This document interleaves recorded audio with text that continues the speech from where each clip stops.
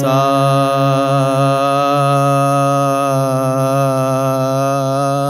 এই যে কাঁপছে। যখন আমরা কোনো নোট গাই, ব্রেনের যে প্রবলেমটা হয় ওই নোটটা সাস্টেইন করতে পারছে না। মানে ভোকাল কর্ডকে বোঝাতে হবে যে ওইটা একটা নোট, এই নোটটার উপরে আমাকে সাস্টেইন করতে হবে। বেহাগ যদি এই যে নোটটা দাঁড়ানোর ক্ষমতা যদি না থাকে তাহলে কিন্তু গানেও একই ড্রপ হবে। যখন মনে হবে যে নোটটা একদম শেষ, মানে 70% হয়ে গেছে, যে বন্ধ হয়ে যাবে, তখন আমাদের গলার নমস্কার, সবাইকে আমার চ্যানেলে স্বাগত জানাই। আশা করি আপনারা সবাই ভালো আছেন, সুস্থ আছেন এবং মন দিয়ে রেয়াজ করছেন।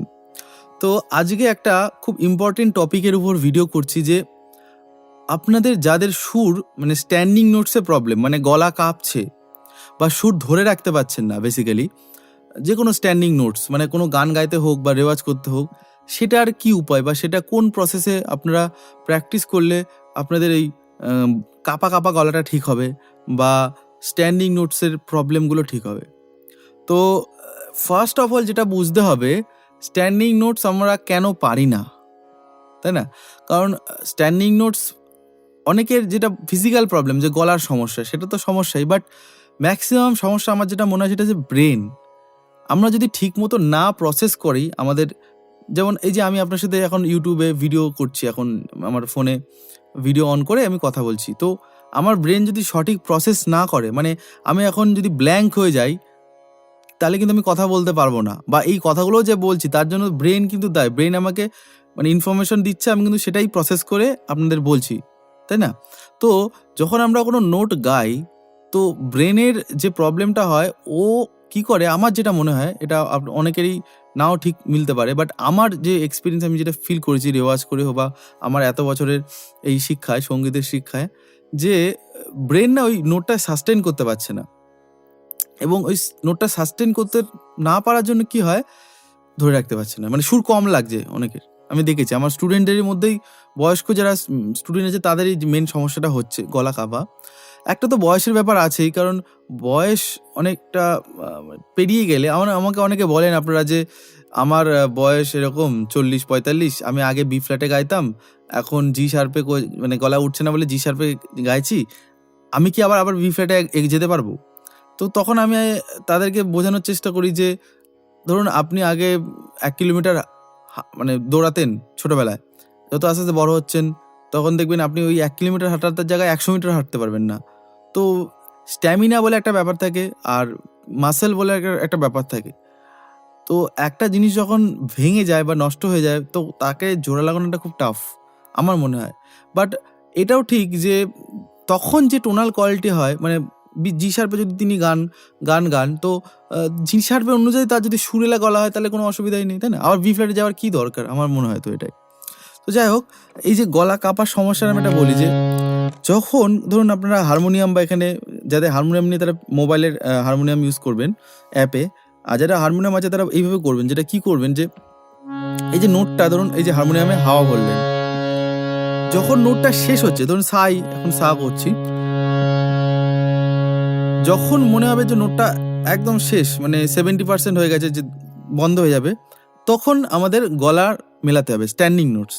প্রথমে সা দিয়ে তারপরে ভাওয়েলস দিয়ে করবেন, অর্থাৎ এভাবে যদি একবার করে দেখাই, সা,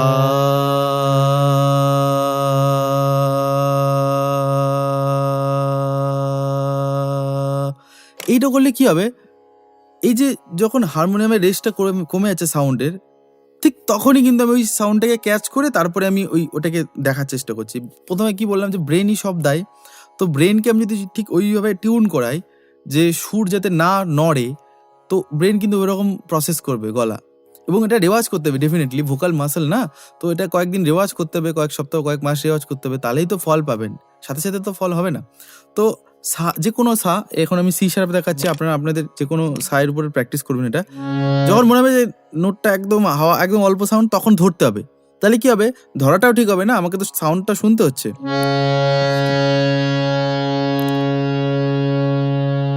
সা,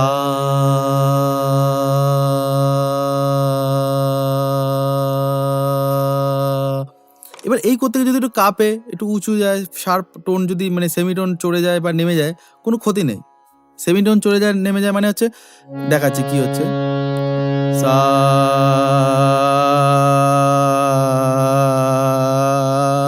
এই যে কাঁপছে, এটাকে বলে সেমিনার উঠছে নামছে, মানে 440-তে নেই, 440 থেকে উপরে বা নিচে 440 হার্টস।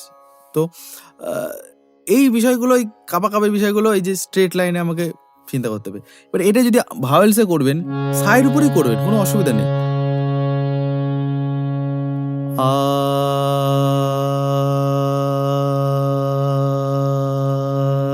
মানে ভোকাল কর্ডকে বোঝাতে হবে যে ওইটা একটা নোট, এই নোটটার উপরে আমাকে সাস্টেইন করতে হবে। তো কি হবে, যখন হারমোনিয়ামের সাউন্ডটা কমে যাচ্ছে তখনই ধরতে হবে।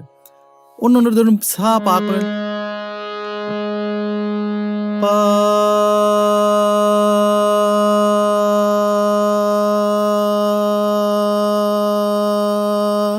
দেখুন কত আরামসে করলাম। এটা যদি আয় করি,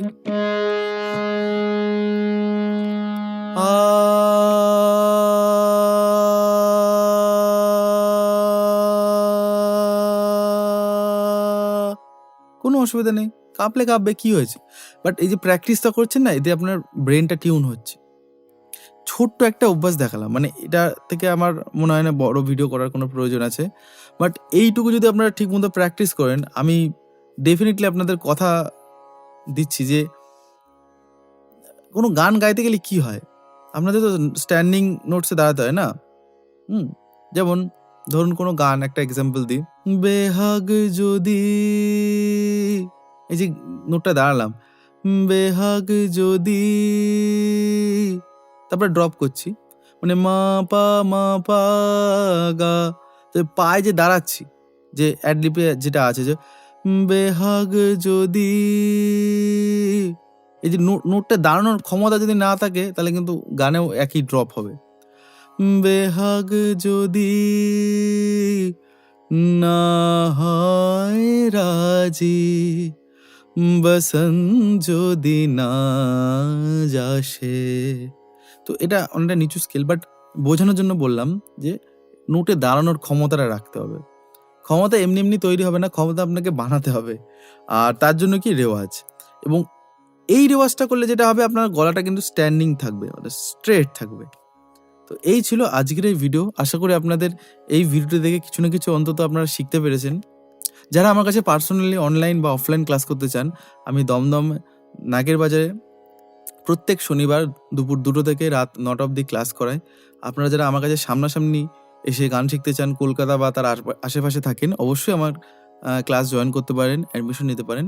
এছাড়া আমার অনলাইন ক্লাস প্রতি শুক্রবার, গ্রুপ ক্লাস এবং ইন্ডিভিজুয়াল ক্লাস সপ্তাহে প্রতিদিনই চলে। তো আপনারা চাইলে এই নম্বরে কল বা হোয়াটসঅ্যাপ করে ডিটেলসটা জেনে নেবেন। ঠিক আছে? তো সবাই ভালো থাকবেন, সুস্থ থাকবেন এবং মন দিয়ে রেয়াজ করবেন। ধন্যবাদ।